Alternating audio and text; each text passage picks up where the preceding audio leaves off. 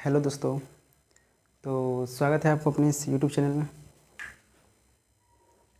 तो आज के इस लेक्चर में हम लोग देखेंगे क्लास 9 का फिजिक्स का लेक्चर नंबर 5। तो लेक्चर नंबर हम लोग 4 तक देख लिए थे, ठीक है। और बीच में 2-3 दिन गैप हो गया था, वीडियो नहीं अपलोड कर पा रहे थे। मोबाइल जो है कि कुछ मोबाइल में प्रॉब्लम आ गया था, रिकॉर्ड ही नहीं हो रहा था, इसलिए जो है कि वीडियो नहीं डाल रहे थे, ठीक है। और ऐसे कोई बात नहीं कि हम वीडियो नहीं डालेंगे वीडियो डेली डालेंगे, ठीक है। कोई प्रॉब्लम होगा तभी कोई फॉल्ट रहेगा तभी वीडियो नहीं जा सकता है। बाकी चलिए, जो उसके लिए कोई बात नहीं। क्या वीडियो क्वालिटी ठीक है? थोड़ा मोबाइल 1 मिनट।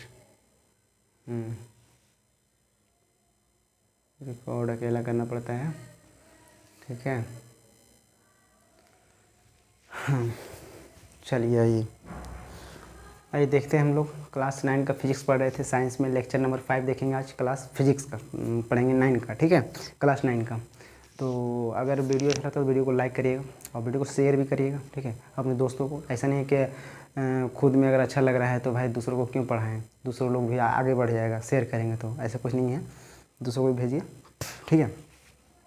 और कुछ मेरा भी हेल्प हो जाएगा, ठीक है, ताकि वीडियो शेयर होता है, लाइक होता है, अच्छे से कमेंट होता है तो पढ़ के और मन अच्छा लगता है। ताकि अगला वीडियो बनाने के लिए क्या होता है, सहयोग लगता है। नहीं भाई चलो मेरा पढ़ाया हुआ जो हम पढ़ाए हैं सबको अच्छा लग रहा है तो और वीडियो बनाएं ताकि लोगों को अच्छा लगे और वीडियो को शेयर करें, ठीक है। तो उम्मीद करते हैं आप लोग वीडियो को शेयर करिएगा, अच्छा लगेगा तो। और उसको और बता देते हैं वीडियो को जितना भी दिखा रहे हैं सबको नोट्स बनाते चलिए, ठीक है। सारा जितना भी पढ़ाते हैं सबको नोट्स बनाइए, ठीक है।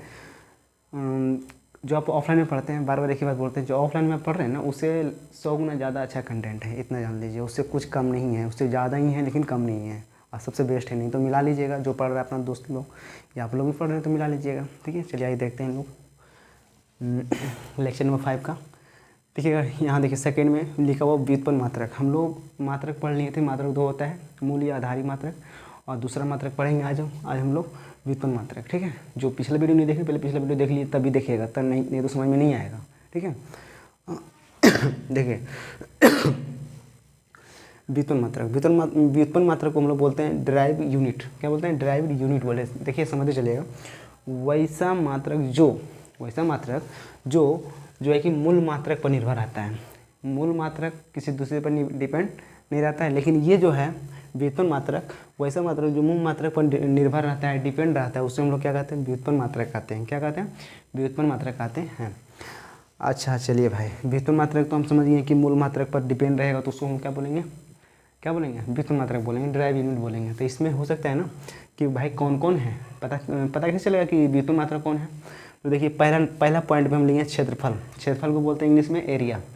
तो क्षेत्रफल क्या होता है? लंबाई गुना चौड़ाई। किसी भी चीज़ का क्षेत्रफल निकालना है, एरिया निकालना है, तो उसका लंबाई और एक चौड़ाई को गुना कर देते हैं, मल्टीप्लाई कर देते हैं, तो उसी को हम लोग क्या कहते हैं? क्षेत्रफल कहते हैं। या हो सकता है उसमें चौड़ाई ऊंचाई भी हो सकता है, मतलब 2 बीमाओं का गुणनफल रहेगा, 2 बीमा रहेगा, या तो लंबाई चौड़ाई ऊंचाई या लंबाई ऊंचाई, ठीक है। तो देखिएगा क्षेत्रफल 2 बीमाओं के गुणनफल को हम लोग क्षेत्रफल कहते हैं। 2 बीमा रहना चाहिए, लंबाई चौड़ाई ऊंचाई या लंबाई ऊंचाई, ठीक है। तो क्षेत्रफल और हम बोल सकते हैं लंबाई गुना चौड़ाई, क्षेत्रफल और बोल सकते हैं लंबाई गुना चौड़ाई। तो क्षेत्रफल को एरिया से, तो ए बराबर लंबाई को एल से, चौड़ाई को बी से, ठीक है। ए बराबर एल गुना बी, ए बराबर एल भी बोल सकते हैं, ठीक है। देखिए बहुत गर्मी है, आज सब पंखा सब बंद कर दिए हैं। क्यों? क्योंकि आपको आवाज़ अच्छा जाए, वीडियो क्वालिटी अच्छा जाए। पसीना चल रहा है लेकिन फिर भी वीडियो बना रहे हैं, तो मेहनत लगता है वीडियो बनाने में। आप लोग को शेयर करने में कुछ नहीं, बस कहीं शेयर पे बटन दबाइए और अब जितना भी दोस्तों सबको शेयर कर दीजिए, सबको सब्सक्राइब कराइए, ठीक है। तब ना देखिए पढ़ाने में मज़ा आएगा। चलिए आइए देखिए क्षेत्रफल का एसआई मात्रक। अब यहाँ से हम लोग सीखेंगे कि एसआई मात्रक कैसे निकाला जाता है। तो एसआई मात्रक निकालने के लिए कोई बहुत बड़ा होता है ना, बड़ा सामान का जरूरत नहीं होता है, कुछ नहीं है। एसआई मात्रक निकालने के लिए बस एक ही चीज़ है, वो है फार्मूला याद रहेगा। क्षेत्रफल एसआई मात्रक आराम से निकालेंगे। तो क्षेत्रफल का एसआई मात्रक पहले बताइएगा, क्षेत्रफल और क्या होता है? लंबाई गुना चौड़ाई। और क्या बताए थे? लंबाई को मीटर में मापते हैं, चौड़ाई को भी मीटर में मापेंगे, ठीक है। अगर लंबाई को किलोमीटर में मापें तो चौड़ाई को भी किलोमीटर में मापेंगे। तो ए बराबर एल गुना बी। क्षेत्रफल कैसे मात्रक? लंबाई को मीटर में तो चौड़ाई को भी मीटर में मापेंगे। एक ही मात्रक में मापेंगे तो मात्रा में तभी ना उसका ऐसे मात्रक निकालने में आसान होगा जी। तो एम गुना एम मीटर स्क्वायर, मीटर गुना मीटर स्क्वायर, इसको हम लोग बोलते हैं वर्ग मीटर। क्या बोलते हैं? मीटर स्क्वायर को बोलते हैं वर्ग मीटर। चलो देखते हैं सेकंड पॉइंट, आयतन। आयतन को बोलते हैं वॉल्यूम। तो आयतन बहुत ईजी है, जैसे क्षेत्रफल था 2 विमाओं के गुणनफल, तो आयतन में 3 विमाओं के गुणनफल होता है। आयतन में क्या होता है, 3 विमाओं के गुणनफल को आयतन कहते हैं। वॉल्यूम लंबाई गुना चौड़ाई गुना ऊंचाई, किसी भी चीज़ का आयतन निकालते तो क्या कहते हैं, लंबाई गुना चौड़ाई गुना ऊंचाई, ये नहीं कहते हैं हम। देखिए 3 विमाओं के गुणनफल को आयतन कहते हैं। तो आयतन बराबर 3 विमा क्या हो सकता है, एक लंबाई, एक चौड़ाई, एक ऊंचाई। लंबाई गुना चौड़ाई गुना ऊंचाई, तो भी बराबर बोल सकते हैं एल गुना बी गुना एच। ओके, अब हो सकता है ना यहाँ से कि आयतन का SI मात्रक, SI मात्रक निकालने के लिए फॉर्मूला पता होना चाहिए यार, कोई बड़ी चीज़ नहीं है। तो आयतन का SI मात्रक जो है बताइएगा, लंबाई का मीटर में, चौड़ाई को भी मीटर में, ऊंचाई को भी मीटर में, तो m गुना m गुना m, तो मीटर क्यों नहीं बोल सकते हैं, अरे m गुना m गुना m, कै गो m है, 3 गो, तो पावर हो गए 3। यहाँ देखिए मैथ का रूल लगाते हैं कि गुना में आधार सेम हो तो पावर जुड़ जाता है। इसका भी कुछ नहीं तो 1, इसका भी 1, इसका भी 1, 1 1 1, 3 को 1 है तो 3 हो जाएगा, m की पावर 3। मैथ भी सीख गए, ठीक है। इसको बोलते हैं घन मीटर। क्या बोलते हैं, घन मीटर। अभी मैथ नहीं चालू किए हैं, मैथ ही पढ़ाएंगे, देखिए मज़ेदार, बहुत मज़ा आएगा पढ़ने में मैथ। चलिए देखिए थर्ड पॉइंट क्या है, थर्ड पॉइंट देखिए हम लोग का है दूरी। दूरी को बोलते हैं डिस्टेंस। यहाँ देखिए समझिएगा, शुरू से सारा पॉइंट इंपॉर्टेंट ही है, कोई इंपॉर्टेंट ऐसा नहीं कि इंपॉर्टेंट नहीं, सारा चीज़ इंपॉर्टेंट है, सब एग्जाम से संबंधित है, सारा आपके एग्जाम में आते हैं। जितना भी एग्जाम कंपटीशन तक भी इसको देख सकते हैं, कोई दिक्कत नहीं है। देखिएगा क्या है दूरी, डिस्टेंस। किसी वस्तु के द्वारा, देखिए पहले हम लोग दूरी बराबर क्या जानते हैं, दूरी बराबर क्या जानते हैं हम लोग, फॉर्मूला होता है चाल गुना समय। इसको मत लिखिएगा, ये हम समझाने के लिए। दूरी बराबर क्या होता है, चाल गुना समय। अच्छा दूरी में क्या हो रहा है, गुना, देखिएगा तो चाल और गुना समय हो रहा है। चाल में गुना क्या हो रहा है, समय। इसका हम लोग परिभाषा देखिए, फॉर्मूला से भी हम लोग मतलब डिफिनेशन परिभाषा निकाल सकते हैं। किसी वस्तु के द्वारा किसी भी दिशा में, दिशा फिक्स नहीं है, डायरेक्शन फिक्स नहीं है, ये बात याद रखिएगा। दूरी में दिशा फिक्स नहीं है, किसी भी दिशा में, किसी वस्तु के द्वारा किसी भी दिशा में स्थान परिवर्तन को दूरी कहते हैं। किसी वस्तु के द्वारा किसी भी दिशा में स्थान परिवर्तन को दूरी कहते हैं। किसी वस्तु के द्वारा किसी भी दिशा में स्थान परिवर्तन मतलब यहाँ से वहाँ चला गया, यहाँ मान लें कि बिंदु ए तरह चला गया बिंदु बी के पास, मान लेते बी यहाँ पे है, चला गया बिंदु सी के पास, क्या दिशा फिक्स है, नहीं है, कभी इधर उधर उधर जा रहा है। मतलब दूरी जो है, दूरी का दिशा फिक्स नहीं होता है, सीधी सी बात याद रखिए, दूरी में दिशा फिक्स नहीं है। किसी वस्तु के द्वारा किसी भी दिशा में स्थान परिवर्तन को दूरी कहते हैं। ओके, अब आता है दूरी का SI मात्रक क्या होता है, तो दूरी का मीटर होता है। दूरी का क्या होता है, मीटर होता है। मात्रक सबसे छोटी का, सब लिखा है, सारा परिभाषा लिखा है कि मात्रक का क्या सबसे छोटी इकाई को मात्रक कहते हैं, ये नहीं लिखा है। तो दूरी का SI मात्रक मीटर, दूरी का SI मात्रक मीटर। अब देखिएगा यहाँ इसका थोड़ा एग्जाम्पल टाइप का है कि मान लेते हैं A से बिंदु गया B, B से गया C, C से गया D, D से गया E, E से गया F, F से गया G। सारा कुछ जैसे लिखा है वैसे आपको लिखना है और रिवीजन करना है। सारा पॉइंट पहले समझा देते हैं, उसके बाद ही लिखिएगा। मान लेते हैं A से B गया 6 मीटर, B से C गया 5 मीटर, C से D गया 4 मीटर, D से E गया 3 मीटर, I से F गया 2 मीटर और F से G गया 1 मीटर। तो बोलिएगा सारा लंबाई से में दिख रहा है, ऐसे कोई बात नहीं है, आप बना दिए, आप छोटा बड़ा करिएगा, इसको बड़ा रखिए, इसको थोड़ा छोटा, इसको भी छोटा, ठीक है। तो अब यहाँ से आता है कि दूरी टोटल निकालते हैं, तो दूरी बराबर नहीं बोल सकते हैं। टोटल दूरी A से लेकर G तक, AB जोड़ BC जोड़ CD जोड़ DE जोड़ EF जोड़ FG, टोटल लिख दिए। दूरी बराबर AB बराबर जितना ही लिख दिए, BC लिख दिए, सारा को यहाँ पे लिख दिए। लिखने के बाद दोनों को, इस सारा को यहाँ से यहाँ ऐड करेंगे तो कितना आएगा, 21 मीटर आएगा। कितना आएगा, 21 मीटर आएगा। तो दूरी बराबर 21 मीटर। इसमें ये बताया गया है कि दूरी का दिशा फिक्स नहीं है, सीधी सी बात याद रखिएगा, ठीक है। दूरी का मात्रक मीटर होता है। ओके, चलिए अब चलते हैं विस्थापन। देखिएगा यहाँ से दूरी और विस्थापन में बहुत कन्फ्यूजन होता है, दूरी और विस्थापन में बहुत कन्फ्यूजन होता है, ठीक है। दूरी और विस्थापन दोनों दूरी का ही काम करते हैं, लेकिन बस समझना है, थोड़ा सा डिफरेंस है। डिफरेंस क्या है, अभी क्या बताए थे, दूरी में दिशा फिक्स नहीं होता है, लेकिन विस्थापन में दिशा फिक्स होता है। हो गया ना, यही बात याद रखना है। विस्थापन को बोलते हैं डिस्प्लेसमेंट। किसी वस्तु द्वारा किसी निश्चित दिशा में स्थान परिवर्तन को विस्थापन कहते हैं। देखिएगा, किसी वस्तु द्वारा किसी निश्चित दिशा में, लेकिन यहाँ क्या था, किसी वस्तु के द्वारा किसी भी दिशा में, दिशा फिक्स नहीं है। दूरी में दिशा फिक्स नहीं है, लेकिन विस्थापन में दिशा फिक्स है। क्या है, विस्थापन में दिशा जो है फिक्स है। विस्थापन में क्या है, दिशा फिक्स है, लेकिन दूरी में दिशा फिक्स नहीं है। तो किसी वस्तु के द्वारा किसी निश्चित दिशा में स्थान परिवर्तन क्या कहते हैं, विस्थापन कहते हैं। अब चलिए देखते हैं विस्थापन कैसे मात्रक। तो अभी बताया था ना, दूरी और विस्थापन दोनों दूरी का ही काम करता है। तो इसका भी क्या होगा, स्टैंड थोड़ा हिल रहा है, ठीक है ना, इसलिए एक मिनट बाहर में हाँ गुड। चलिए आइए देखिएगा, विस्थापन जो है दूरी का काम करता है, तो इसलिए विस्थापन कैसे मात्रक भी मीटर होगा। चलिए आइए देखते हैं। चलिए अब देखिए, मानते हैं कि ए से बी गया, बी से सी गया, सी से डी गया, डी से ई गया, ई से एफ गया, ठीक है। यानी ए से लेके एफ तक कोई लाइन खींचा हुआ है, सीधी सी बात समझिए, रास्ता है। इसके बीच में हम यहाँ से यहाँ गए, बी के पास, बी से सी गए, सी से डी गए, डी से ई गए, ई से एफ गए। अगर हमसे कोई दूरी पूछे, तो दूरी पूरा ऐड कर देंगे, लेकिन विस्थापन पूछेगा, विस्थापन बराबर क्या बोलेंगे, ए बी जोड़ बी सी जोड़ सी डी जोड़ डी ई जोड़ ई एफ। क्यों? क्योंकि दिशा इसमें एक डायरेक्शन में है। दिशा देखिए, यहाँ देखो डायरेक्शन कहीं टेढ़ा दिख रहा है आपको, नहीं, एकदम एक डायरेक्शन में जा रहा है तो जा रहा है, इसलिए इसका विस्थापन हो जाएगा ए बी जोड़ बी सी जोड़ सी डी जोड़ डी ई जोड़ ई एफ। और सबको जोड़ दिए, 15 मीटर हो गया विस्थापन।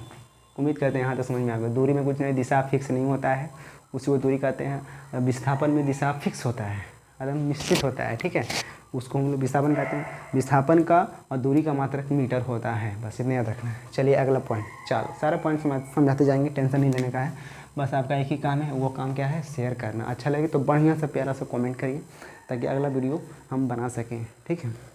क्यों? क्योंकि मेहनत में लग रहा है जी। चलिए देखिए, चाल बराबर स्पीड, चाल बोलते हैं, स्पीड को बोलते हैं ना, बस यहीं से निकल जाएगा। देखिए चाल बराबर, हम लोग अभी क्या पढ़े थे, दूरी बराबर चाल गुना समय।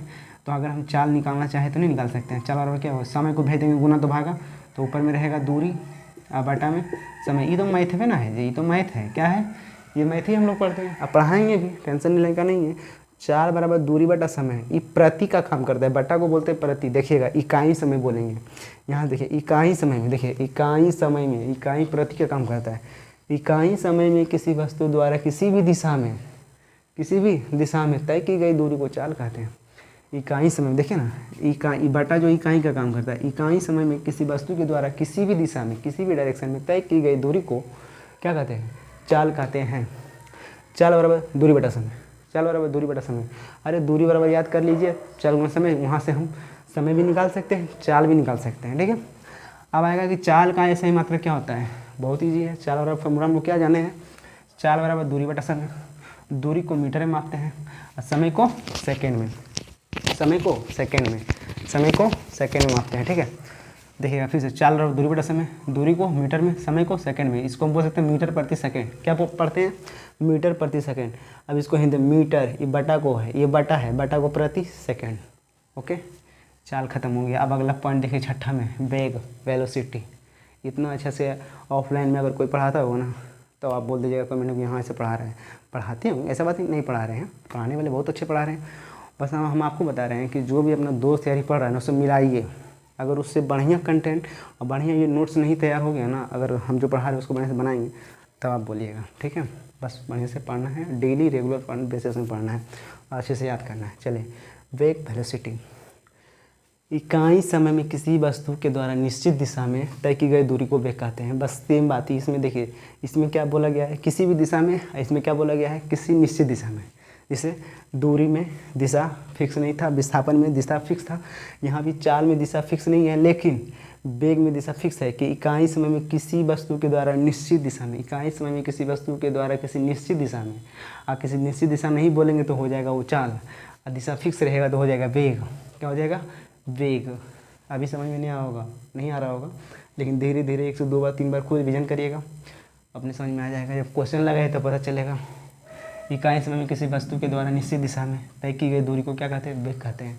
आइए, वेग बराबर, अभी हम बताए थे दूरी में दिशा फिक्स नहीं होता है, लेकिन विस्थापन में दिशा क्या होता है, फिक्स होता है। देखिएगा तो वेग बराबर, तो दिशा फिक्स किस में होता है, क्योंकि विस्थापन और दूरी दोनों दूरी का ही काम करता है, डिस्टेंस का ही। तो इसमें दिशा फिक्स है, किसमें, वेग में।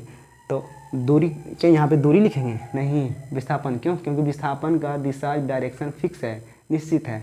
और इसमें देखिए यहाँ दूरी लिखें, यहाँ विस्थापन क्यों नहीं लिखेंगे, क्योंकि इसमें दिशा फिक्स नहीं है और दूरी में भी दिशा फिक्स नहीं है। आप समझ, देखिए धीरे समझ में आ रहा होगा। तो वेग बराबर विस्थापन बटा समय। वेग का सही मात्रक क्या बोलेंगे, विस्थापन भी दूरी का काम करता है, अब विस्थापन का सही मात्रक मीटर, तो मीटर, अब बटा समय का सेकंड, मीटर प्रति सेकंड, मीटर प्रति सेकंड। उम्मीद करते हैं यहाँ तक समझ में आ गया होगा। चलिए देखते हैं अगला पॉइंट। अगला पॉइंट है 7वां नंबर पॉइंट। 7वां पॉइंट क्या है, त्वरण। इंग्लिश में बोलते हैं एक्सेलरेशन। एक्सीलेटर से निकल के आया, एक्सीलेटर जो हम लोग बाइक चलाते हैं ना, वहाँ से निकल के आया एक्सेलरेशन, एक्सीलेटर से। त्वरण को बोलते हैं इंग्लिश में एक्सेलरेशन। देखिए बहुत बढ़िया पॉइंट है, बहुत अच्छी चीज़ है ये। किसी वस्तु के वेग में परिवर्तन की दर को हम लोग क्या कहते हैं, त्वरण कहते हैं। फिर से, किसी वस्तु के वेग में परिवर्तन की दर, और दर हमेशा समय को डिनोट करता है, याद रखिएगा, दर हमेशा समय को डिनोट करता है। फिर से, किसी वस्तु के वेग में परिवर्तन की दर, जैसे परिवर्तन क्या है भाई, जैसे कि हम मान लेते हैं कि अभी हम यहाँ पे हैं, ठीक है, हमको अपने घर से स्कूल की ओर जाना है, स्कूल जा रहे हैं।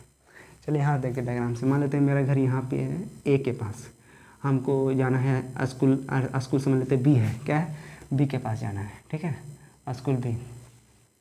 हम शुरुआत में मान लेते हैं कुछ तो होगा वेग मेरा है, मान लेते हैं कुछ भी होगा, क्या माने, कुछ मान लीजिए ना, किसी वस्तु के वेग में परिवर्तन मान लेते हैं कि 5 मीटर प्रति सेकेंड है, प्रति मात्रा ध्यान देना है, मीटर प्रति सेकेंड, क्योंकि वेग का मात्रा है मीटर प्रति सेकेंड। ओके, अब मान लेते हैं बीच में रास्ता बढ़ा दी, मतलब अपना वेग बढ़ा दिए, कर दिए 10 मीटर प्रति सेकेंड। ओके, तो यही परिवर्तन हुआ। परिवर्तन क्या हुआ, 5 से हो गया 10, तो कितना चेंजिंग आया, 10 - 5, 10 मीटर प्रति सेकेंड माइनस 5 मीटर प्रति सेकेंड, कितना चेंजिंग आया, 5 मीटर प्रति सेकेंड में आया। अरे 5 से 10 हो गया पगला, 5 से 10 हो गया तो 5 का ना चेंजिंग आया जी, तो वही परिवर्तन है। क्या है, यही परिवर्तन है। चलो देखो अब यहाँ से मज़ा आएगा, देखना जी, ये मत लिख लीजिएगा, इसको नहीं लिखना है, इसको मिटा देते हैं, ये तो समझाने के लिए लिखे, जितना लिखे हैं उतना ही लिखना है आपको, मज़ा आएगा। रुकिए ना, चलिए बस आपको एक ही काम करना है, शेयर करना है, जम के शेयर करना है, बढ़िया लगे तो कमेंट करना है, लाइक करना है। अब देखिए, किसी वस्तु के वेग में परिवर्तन, अभी बताए थे परिवर्तन वेग में, किसमें, वेग में 5 से 10 हो गया तो 5 ही ना चेंजिंग आया, 15 से 20 हो गया 5 ही ना चेंजिंग आया, कोई जरूरी नहीं कि 5 में चेंजिंग आया, हो सकता है 10 से 20 हो जाएगा तो 10 का चेंजिंग आएगा, तो वही वेग में परिवर्तन। परिवर्तन की दर को क्या कहते हैं, त्वरण कहते हैं। त्वरण को ए द्वारा सूचित किया जाता है, क्यों, क्योंकि एक्सेलरेशन यहाँ से ए निकल के आया, क्या आया, ए निकल के आया यहाँ से, ठीक है। उम्मीद करते हैं कि यहाँ तक समझ में आ गया होगा। त्वरण को ए से डिनोट करते हैं, ठीक है। चलिए देखते हैं अब त्वरण बराबर क्या लिखेंगे। अभी हम लोग परिभाषा से क्या लिखें, वेग में परिवर्तन, तो लिखेंगे वेग में परिवर्तन बटा दर, किसको डिनोट करता है ये बताएं ना, ये समय को, टाइम को डिनोट करता है, तो वेग में परिवर्तन बटा समय, वेग में परिवर्तन बटा समय। ओके, अब वेग में परिवर्तन बटा वेग, यानी कि हम डायरेक्ट लिखें वेग, कोई दिक्कत, बोलेगा दिक्कत हो गया, कैसे दिक्कत हो जाएगा, काहे दिक्कत होगा, हम लिखें, देखिएगा हम लिखें 5 रुपया माइनस 2 रुपया, तो क्या लिखेंगे 3 रुपया, यही लिखेंगे हैं। तो बताइएगा, वेग मान लेते हैं 5 मीटर प्रति सेकेंड और माइनस 2 मीटर प्रति सेकेंड, क्या लिखेंगे 3 मीटर प्रति सेकेंड। ये मीटर प्रति सेकेंड क्या है, वेग ही ना है, तो हम डायरेक्ट नहीं लिख सकते हैं, सिर्फ वेग लिखेंगे, क्या लिखेंगे, वेग लिखेंगे, कोई दिक्कत, आप समझ में, आप थोड़ा दिमाग लगाए समझ में आ जाएगा। वेग में परिवर्तन बटा वेग, अरे 5 रुपया माइनस 2 रुपया, तो 3 रुपये लिखें। मात्रा देखना है भाई, मात्रा, रुपया रुपया आया नहीं, क्या आया, इसे मतलब नहीं है, समझ में आ रहा होगा। तो वेग में परिवर्तन बटा वेग, वेग में परिवर्तन बटा में वेग लिखेंगे, इसी को हम वेग लिख दिए, क्यों, अरे वेग में परिवर्तन चेंज नहीं करेगा, 10 मीटर प्रति सेकेंड माइनस 5 मीटर प्रति सेकेंड बटा में कुछ आएगा 5 मीटर प्रति सेकेंड, वो वेग ही है। अब बटा समय, त्वरण बराबर वेग बटा समय। अब त्वरण का अगर बोला है, त्वरण बराबर वेग का हम देखिए निकाले हैं मात्रक, मीटर प्रति सेकेंड, मीटर प्रति सेकेंड बटा समय का सेकेंड, यस सेकेंड। अच्छा, इसके नीचे कुछ नहीं तो एक अपना मन से लिख सकते हैं, क्या करेंगे, एक अपना मन से लिख सकते हैं। अब यहाँ देखिए इसको हल करते हैं, मैथ वाला नियम है, ऐसे भी फिजिक्स और मैथ एक दूसरे से क्या है, संबंध है, फिजिक्स ही मैथ है, जिसको मैथ आता है उसको फिजिक्स आता है। अब देखिए मीटर प्रति सेकेंड लिख दिए, गुना, ये डिवाइड रेखा है, क्या है, ये डिवाइड रेखा है, गुना, जो नीचे रहेगा उलट जाएगा, s बटा 1 है तो 1 बटा s, ओके, m गुना 1 तो m, s गुना s तो s स्क्वायर, s क्या है, टाइम है, सेकेंड है, मीटर प्रति सेकेंड स्क्वायर, मीटर प्रति सेकेंड तो मीटर प्रति सेकेंड स्क्वायर किसका, त्वरण का, त्वरण का ऐसा ही मात्रा है मीटर प्रति सेकेंड स्क्वायर। देखिए याद भी हो रहा है, परिभाषा भी सीख रहे हैं, अच्छे से नोट से बना रहे हैं, कितना मज़ा आ रहा है, ठीक है ना। इसलिए ऑफलाइन क्लास क्यों जाना, हाँ क्यों जाना, 200 300 500 पूरा फुल पेड कराता है, कितना कराता है, पूरा फुल पेड करो जी, तब साल भर पढ़ने को मिलेगा। हम बिल्कुल फ्री पढ़ा रहे हैं, पढ़िए, क्या दिक्कत है जा रहे हैं, बस ये वो लाइक करना है, कमेंट करना है, शेयर करना है, बस इतनी करना है, वो भी फ्री में, अभी घर बैठे पढ़ो। चलिए अब देखिए लास्ट पॉइंट है, ओहो सॉरी थोड़ा कैमरा हिल रहा है, चला बस हो ही गया है, लास्ट है। चलिए आइए देखिए, 8वां पॉइंट है, 8वां पॉइंट है बल, जिसको बोलते हैं फोर्स।